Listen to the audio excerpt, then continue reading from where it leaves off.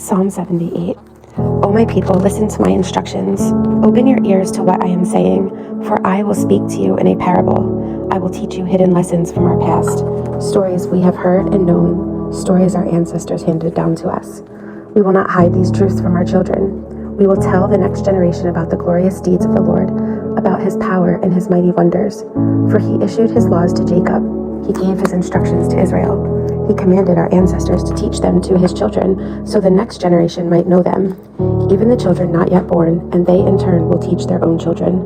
So each generation should set its hope anew on God, not forgetting his glorious miracles and obeying his commands. Then they will not be like their ancestors, stubborn, rebellious, and unfaithful, refusing to give their hearts to God.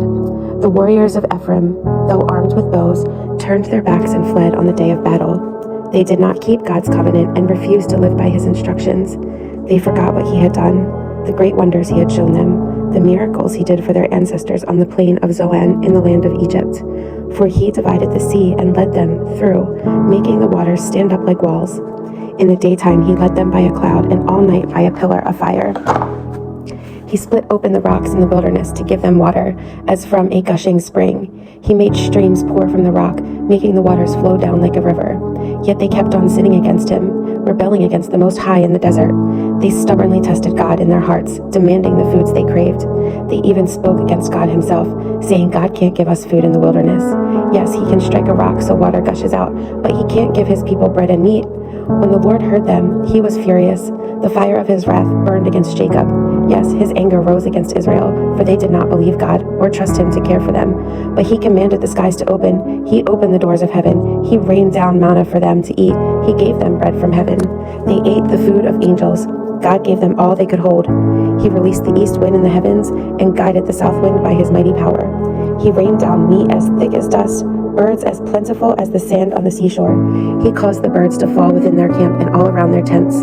The people ate their fill. He gave them what they craved. But before they satisfied their craving, while the meat was yet in their mouths, the anger of God rose against them, and he killed their strongest men. He struck down the finest of Israel's young men. But in spite of this, the people kept sinning. Despite his wonders, they refused to trust him. So he ended their lives in failure, their years in terror. When God began killing them, they finally sought him. They repented and took God seriously. Then they remembered that God was their rock, that God Most High was their Redeemer. But all they gave him was a lip service. They lied to him with their tongues. Their hearts were not loyal to him. They did not keep his covenant. Yet he was merciful and forgave their sins and did not destroy them all. Many times he held back his anger and did not unleash his fury, for he remembered that they were merely mortal, gone like a breath of wind that never returns. Oh, how often they rebelled against him in the wilderness and grieved his heart in that dry wasteland. Again and again they tested God's patience and provoked the Holy One of Israel. They did not remember his power and how he rescued them from their enemies. They did not remember his miraculous sins in Egypt, his wonders on the plain of Zoan. For he turned their rivers into blood so no one could drink from the streams. He sent vast swarms of flies to consume them and hordes of frogs to ruin them. He gave their crops to caterpillars. Their harvest was consumed by locusts. He destroyed their grapevines with hail and shattered their sycamore figs with sleet. He abandoned their cattle to the hail, their livestock to bolts of lightning. He loosed on them his fierce anger, all his fury, rage, and hostility. He dispatched against them a band of destroying angels. He turned his anger against them. He did not spare the Egyptians' lives, but ravaged them with the plague. He killed the oldest son in each Egyptian family, the flower of youth throughout the land of Egypt. But he led his own people like a flock of sheep, guiding them safely through the wilderness. He kept them safe so they were not afraid, but the sea covered their enemies. He brought them to the border of his holy land, to this land of hills he had won for them. He drove out the nations before them. He gave them their inheritance by lot. He settled the tribes of Israel into their homes. But they kept testing and rebelling against God Most High. They did not obey his laws. They turned back and were as faithless as their parents. They were as undependable as a crooked bow. They angered God by building shrines to other gods. They made him jealous with their idols. When God heard them, he was very angry, and he completely rejected Israel. Then he abandoned his dwelling at Shiloh, the tabernacle where he had lived among the people. He allowed the ark of his might to be captured. He surrendered his glory into enemy hands.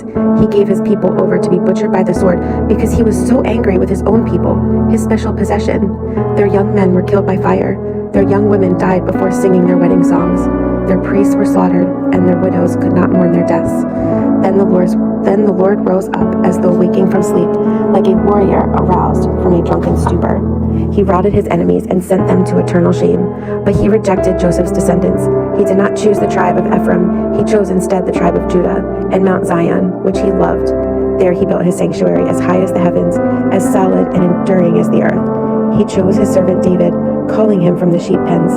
He took David from tending the ewes and lambs and made him the shepherd of Jacob's descendants, God's own people, Israel. He cared for them with a true heart and led them with skillful hands.